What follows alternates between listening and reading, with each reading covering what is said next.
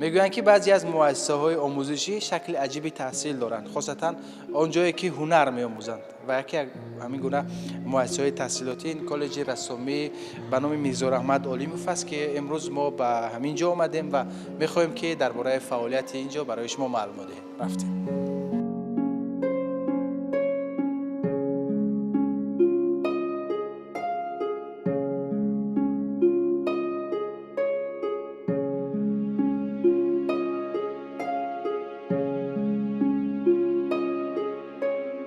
دوستان عزیز، سراول ما از شعبه زیبایی سازی لباس و متا یا که به قول دیگر از شعبه مد دیدن خواهیم کرد. اینجا استخوانه است.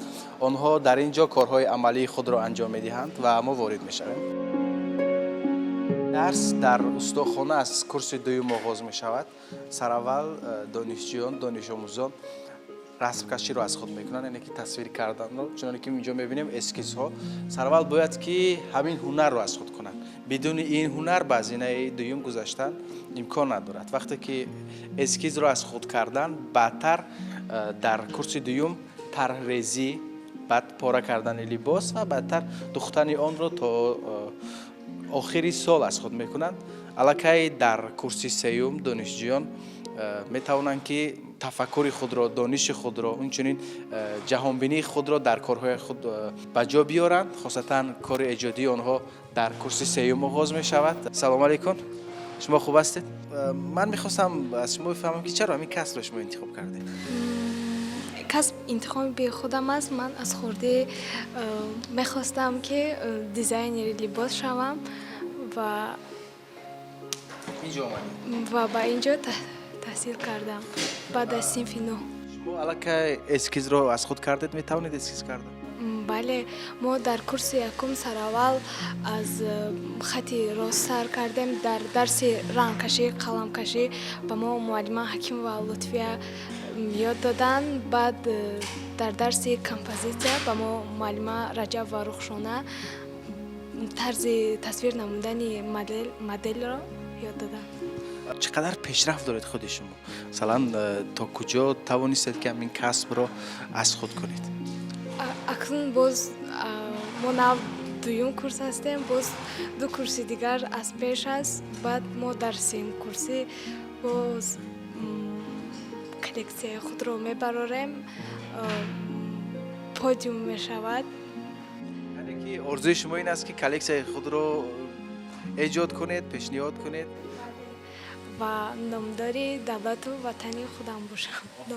آفرین، خسته نباشید و شما برای کار. و همین گونه از دوستان عزیز و ما همین گونه از دیگر بخش‌ها و از دیگر شعبه‌ها دیدن خواهیم کرد. اینجا یک محیط هنری است و شما در ادامه برنامه حتما که آشنا خواهید شد.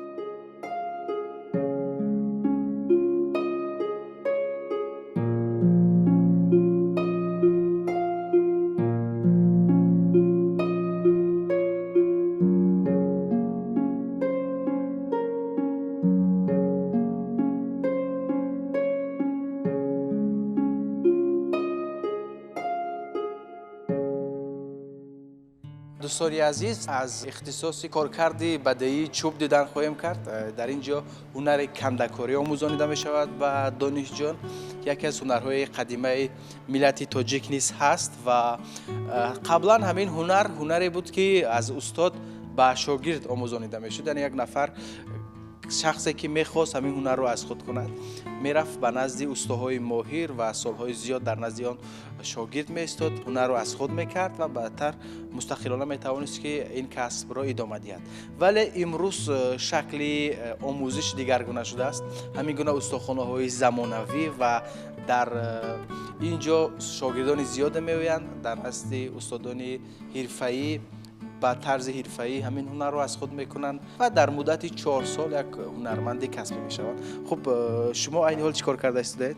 این حال من کمپوزیسیا رو به تخته گذرانده استادم. باز بعد از گذراندن کندن رو شروع میکنم. شما کورس چندم هستید؟ 4م. کورس 4م. بگویید که چه زینه‌ها رو از بر میکنید؟ از کورس اول چی رو می‌آموزید؟ در کورس دوم، سوم و چهارم خب چی‌ها رو شما فراگیر می‌شوید؟ аз курси аввал ба мо хатҳои ростро кашиданро ёд медиҳанд ки ай геометрӣ аст. ба курси аввал геометрӣ ба дуввум омадан ба банду марҳилаҳо мегузарем. баъд аз он композитсияро мустақилона ки муаллим ба мо ёд медиҳанд худамон таҳсил мекунем. اصلا شما چی‌ها رو می‌سازید در اینجا؟ мо пано лавҳа боз чи сандуқчаҳо ҳозир ба ҳамино кор карда истодаем. یعنی وقتی که آموزشتان زیاد شدن گرفت دستتان اگر عادت کرد بس کارهای بزرگتر دست میزنید. дар метонем созем сандуқу чи зеварҳои шкаф яъне гӯем мешавад стол стул ин чизҳоро месозем. خواهش شما از کجا بود؟ аввалин бор ин санъатро ба ман амам нишон дода буданд дар хурдсолӣ. мо аввал намедонистам ки ин хел санъат вуҷуд дорад. ман аз ҳамон рӯз ба ин санъат завқ пайдо кардам.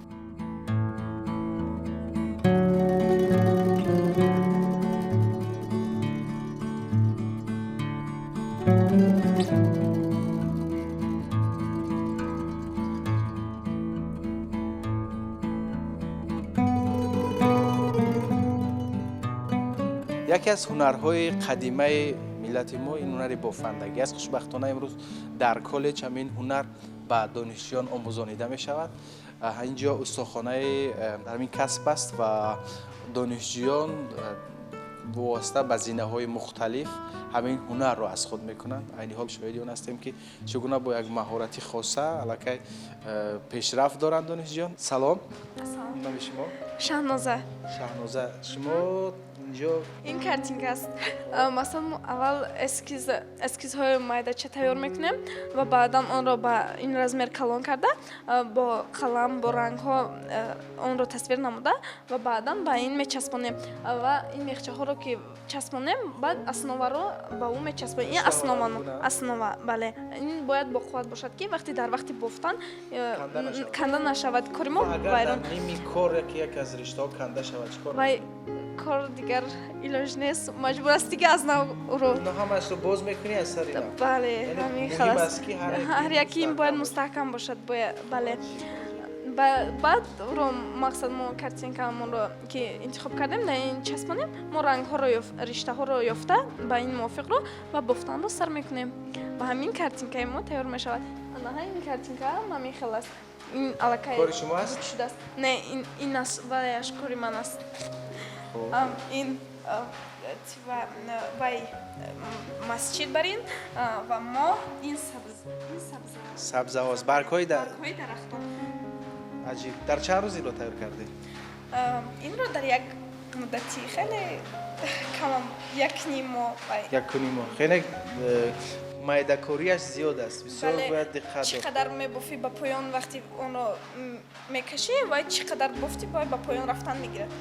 مقصد دشوار است. از این کارهای کلانتر انجام داده؟ نه حالا در همین رزمر هستیم. یعنی وقتی که آهسته آهسته این رو می‌آموزی دیگر چیزهای دیگر بافته می‌توانی. حالا نه ما همین قدرش رو کار کردیم. این کارهای دیون کورسی است. عجیب. و شما موفقیت می‌خواهم برار و دوستان عزیز ما با اختصاص‌های دیگر می‌گذاریم و از کارهای آنها نیز واقف می‌شویم.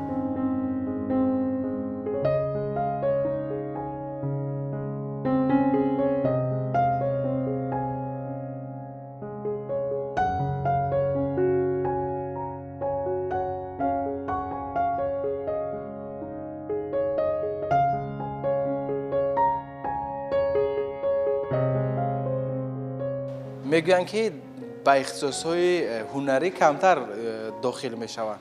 مثلا در این اختصاص هیکل تراشی و کلالگری 2 نفر شاگرد دارد که در اینجا اینها با کار هنری مشغول می‌شوند و از یک نگاه خوب است زیرا که کار کردن با دانشجویان آسان‌تر می‌شود. همین طور است؟ بله.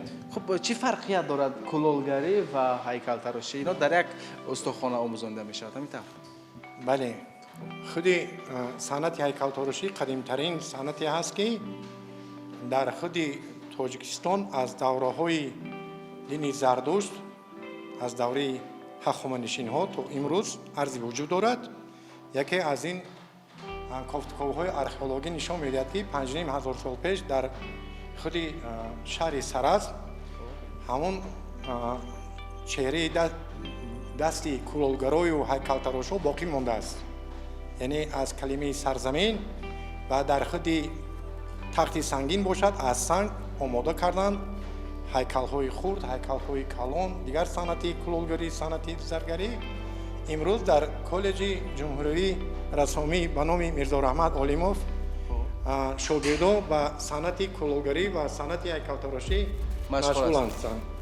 санъати кулолгарӣ бениҳоят таърихи қадима дорад, ки намунаҳояш ҳамин аст устод. намунаҳо ҳаме ин барои тӯҳфаҳо, масалан барои меҳмонон тайёр карда мешавад.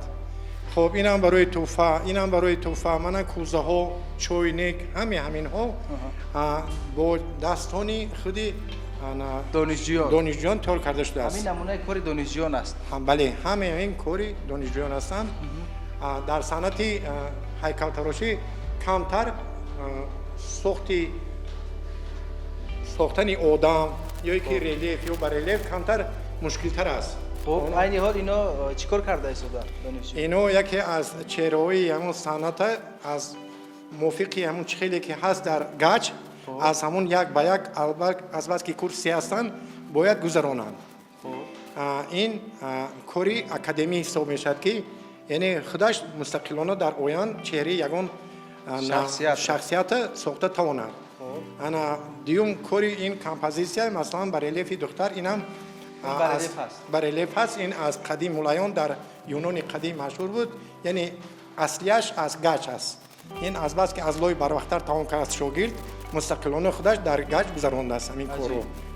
ибтидои худи санъати ҳайкалтарошӣ, лаб, гӯшт, пой, чашм, бинӣ, ҳама инҳо аслияш аз худи шаҳри Петербург оварда шудааст, ки яъне тамоми ҷаҳон ин қисматҳои рӯиро меомӯзад барои санъати ҳайкалтарош шуданд.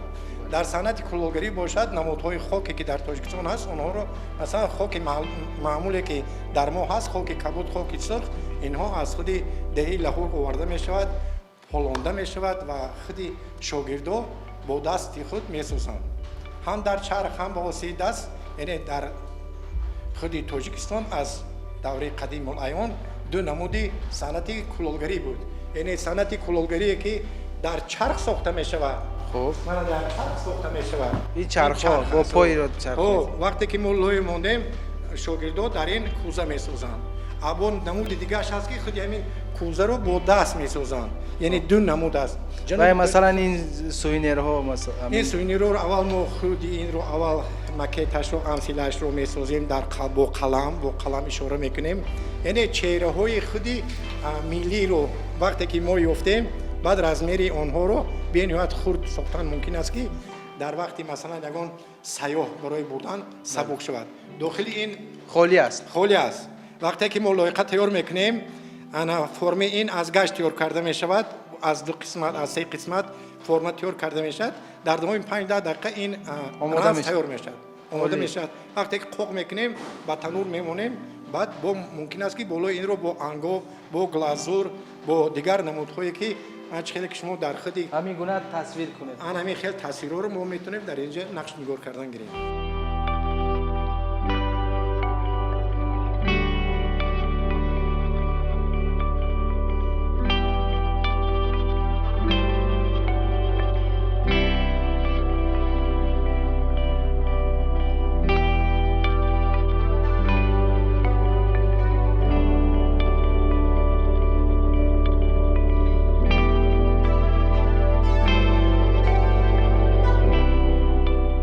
бахши аз коллеҷро дидем, бо баъзе аз ихтисосҳо ошно шудем ва суҳбатҳо низ доштем. барои он ки пурратар ошно шавем, маълумоти кофӣ бигирем ва ба дигар ихтисосҳо равем, мехостам барои мо маълумот дар бораи коллеҷ бидиҳед. хуб, аслан аз чӣ ихтисосҳое иборат аст ва тарзи таҳсил чӣ гуна аст?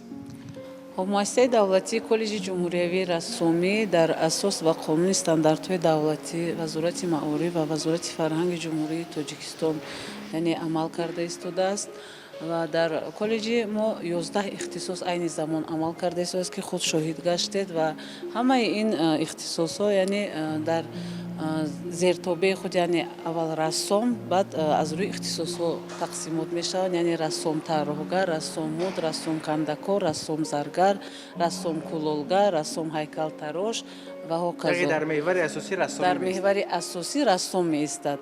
Барои ҳамин 11 ихтисос амал кардаистод айни замон ва ҳамаи омӯзгороне ки дар ин ҷо дарс медиҳанд, яъне касби рассомиро ба толибилмон ба донишҷӯён меомӯзонанд, ҳамаашон соҳиби ихтисос ҳастанд, ҳамаашон дорои маълумоти олӣ ҳастанд, яъне лекин асос гирем агар ҳамаи он рассомон, ҳамаи он рассомоне ки дар ҷумҳур ва берун аз ҷумҳур машҳур ҳастанду рассом гаштанд, ҳамаашон яъне аз зери ҳамин мактаби хатмкунандаи коллеҷи рассомӣ ҳастанд. Аз он ҷумла ҳамаи омӯзгороне ки мо айни замон дар ин ҷо таҳсил кардаистем, мо низ ҳамаамон хатмкунандаи ҳамин муассиса ҳастем, ҳамин даргоҳи муқаддас ҳастем ва албатта омӯзгорон кӯшиш мекунанд ки донишҷӯёни худро яъне дар ҳамон маҳорати баланди рассомӣ касбие ки яъне ба худи онҳо муяссар гаштааст, онро ба донишҷӯёни худ низ тарбия карда омӯзонанд. ва бештари дарсҳошон амалӣ ҷараён мегирад. Яъне инҷо устухонҳое ҳаст ки шароити хеле зебо ҳам дошт. Мо ошно шудем. гарчанде ки дар мо бештар вақт баъд аз таҳсилоти миёна, яъне баъд аз синфи 9 дохил мешаванд, аз ҳамин сабаб яъне мо дорем дарсҳои умумие ки бачаҳои донишҷӯён бояд албатта омӯзанд, чунки баъд аз хатми синфи 9 ба мо меоянд, аз ҳамин рӯ бояд аз дарсҳои дигар ҳам қафо намоянд ки барномаи дарсиро аз худ кунанд. Аз ҳамин хотир яъне 2-3 рӯз мехонанд дарсҳои умумии фанҳои лозиме ки ба онҳо албатта ин низ лозим аст ва 2-3 рӯзи дигар мехонанд дарсҳои тахассусие ки аз рӯи тахассусҳояшон тақсим шудаасту бояд хонанду аз худ кунанд. خب تشکر زیاد و ما قسمت‌های دیگر رو حتما می‌بینیم و آشنا می‌شویم با فعالیت و کار دانشجویان شما. تشکر به شما.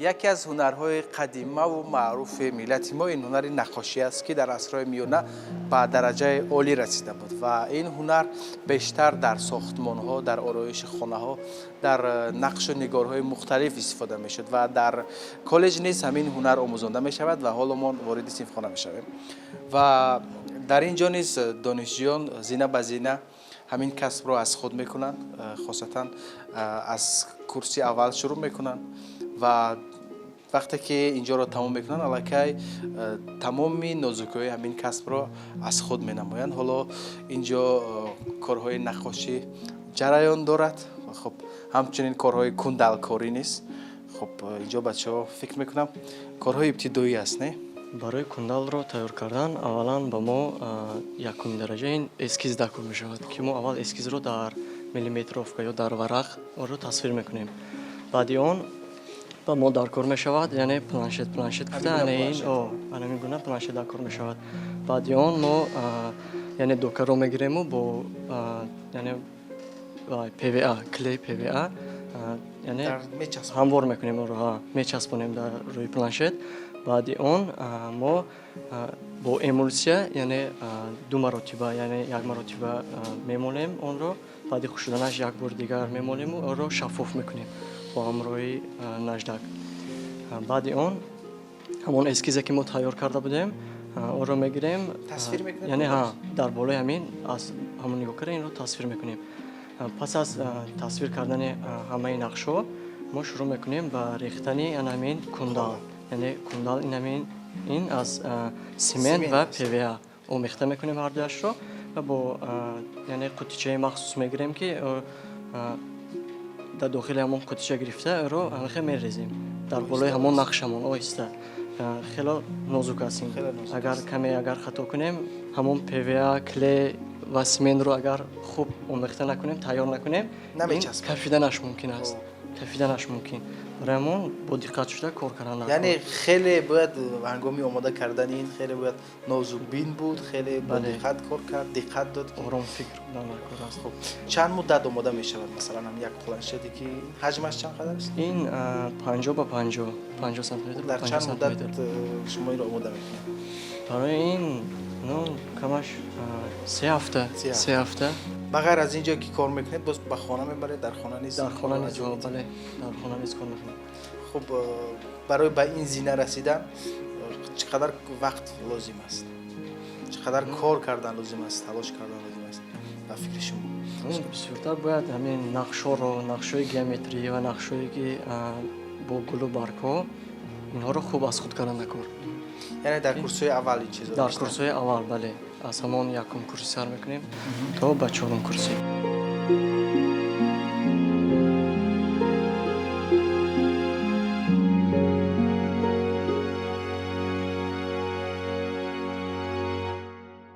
яке аз ихтисосҳои ҷолиби дигар дар коллеҷи мазкур ин ихтисоси дизайнӣ, яъне ороишгарӣ аст ки инҷо яке аз ҳунармандони маҳбуби кишвари мо, яке аз рассомони маҳбуб Далер Меҳдоҷев дарс медиҳанд. Шумо хуб ҳастед? хуб ман мехостам дар бораи ҳамин дарс ва ҳамин ихтисос каме барои мо маълумот диҳед, чун ҳамин касб, ҳамин ихтисос бо гузашти замон каме шакли вазъ кардани ба компютер гузашт. ҳамин тавр? Дуруст. хуб қаблан чӣ гуна буд ва имрӯз чӣ гуна шуд? Хуб, аввалан хуш омадед. Баъдан ки ин бахше ки ҳозир шумо қарор доред, пештар номи пешинаш ороишгар, яъне оформитель, ки ба давру замон, ба даври замоноти муосир мо баргаштем ва таҷҳизотҳои нав ба нав пайдо шуд. Технология иваз шуд ва компютерҳои нав ворид шуданд ва шакли нави дарсиам баъзе қолабҳо иваз шуд. қолабҳо барномаҳоам баъзе дар худ яъне ки ивази худро такмил карданд. ва имрӯз бошад ҳам замон донишҷӯён ҳам метавонам ҳам бо даст омода карда корҳоро ва баъд аз даст омода кардан метавонам бо компютер. Якум зинаи ибтидоӣ ин аст. Зинаи ибтидоӣ албатта, яъне ки мағзи сари худро таҳрик дода, аввал идеяи худро комил карда, баъд онро метавонам ба компютер кашида. вақте ки инро агар ба даст агар тасвир карда тонистанд баъдан мегузарам ба шакли компютерӣ. хуб баъд аз ин баъд сохташро баъд мо дар асл яъне ки ҳамаи андозаҳоро гирифта бо компютер кор карда, баъд андозаи асли онро дар инҷо ва месозем. ин нақшҳое ки инҷо ҳаст инам кори донишҷӯён аст? Ино бале, ино яъне ки барномаҳои дарсӣ ҳастанд. Мисол аз ба бахшҳои аввал аз шиноси ранг ин ном дорад, ин номи мавзӯъ фаслҳои сол, яъне ки дар ибтидо донишҷӯ бояд танҳо бо ранг эҳсоси фаслҳоро яъне ки кашида тавонад аз зеҳни худ, аз тафаккури худ, аз боигарии фантазия ва тафаккури худ бояд баҳор чӣ гуна шакл дорад, чӣ гуна рангҳо дорад, бояд тавассути ранг фақат бо ранг бояд ӯ барои бинанда кашида тавонад ва фаҳмода тавонад ки баҳорро бо кадом ранг бояд, бидуни забон бояд ки ӯ. хуб боз чӣ гуна аст? инҷо мебинам ки корҳои дигарашон аст. албатта инҳо низ яъне ки ҳар як проекти худро дорад донишҷӯе ки дар бахши дуюм мехонанд. албатта ҳар як бар мавзӯи худ интихоб кардани мавзӯи худ сари компютер кор кардааст. дар кадом барнома инҳо омода мекунанд? инҳо аввал бо барномаи фотошоп, баъдан ба Corel, баъд мегузарам баъд Archicad, 3D Max дигар дар курсҳои болоӣ баъд боз барномаҳои махсус ташкил дода шуданд. ва ин корҳои ин ҳам барномаҳои дарсии донишҷӯ ҳастанд. намунаашро шумо инҷо гузоштед. ино намунаи ҳастанд ки дар бораи тафаккури мусиқӣ. мисол ҳар як донишҷӯ интихоб мекунад як оҳангсози тоҷикро интихоб карда ва яке аз оҳангсозони аврупоиро ва дар қиёс аз оҳанг, танҳо аз оҳанг онҳо меофаранд чунин шаклҳо, чунин яъне вақт зебоиро. оҳангро гӯш медиҳанд ӯ тасвирҳоро бале бале, Аҷиб. ҳамзамон вақте ки оҳангро гӯш мекунӣ, оҳангро дар худ тасвир дорад. Танҳо оне ки қудрати оҳангро шунида тасвир кардан танҳо рассом метавонад. аҷиб, воқеан аҷиб. инам яке аз мавзӯъҳое ки ҳаст ҳозир сари ҳамин донишҷӯ кор кардоранд. дарси имрӯза, бале, яке аз дарсҳои имрӯза.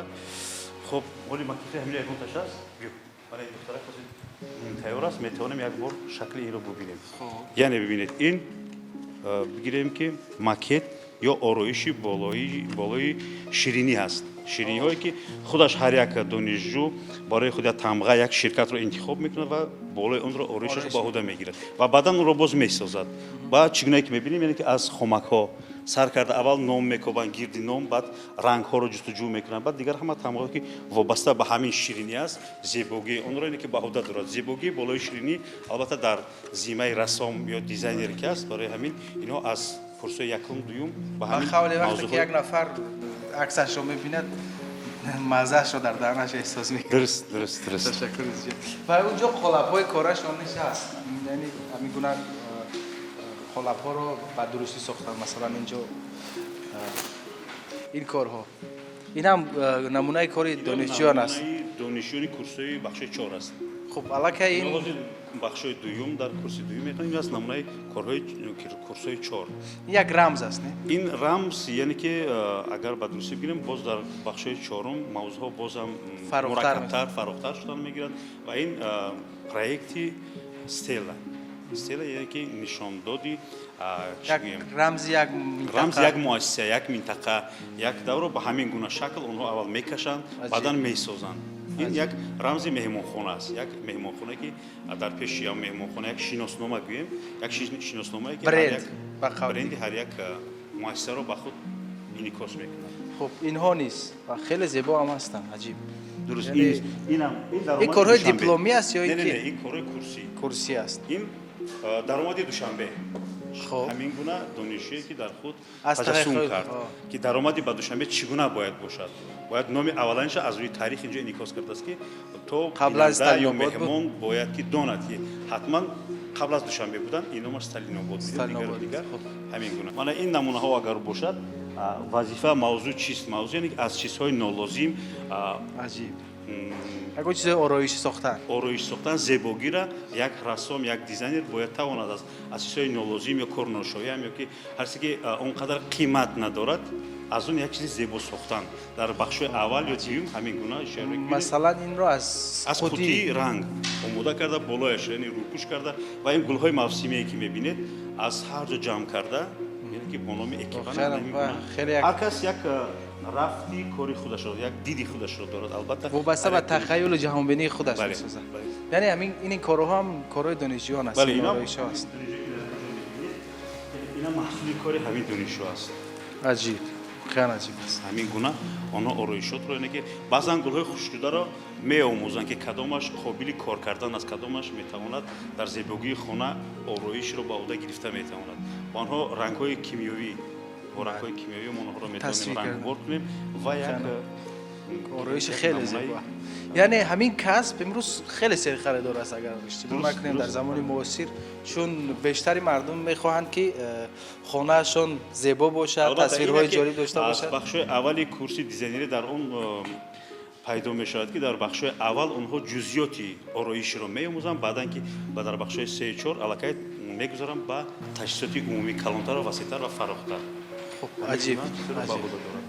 خب با شما تشکر برار و واقعا من لذت بردم از کار اینها، از نمونه های کاری که اینها دارند. واقعا خیلی جالب است و فکر میکنم که درس ها نیز خیلی جالب میگذرد و همه با شوق و هوس و خواهش به درس ها حاضر میشوند. با شما برار خسته نباشید. ما به قسمت دیگر میرویم.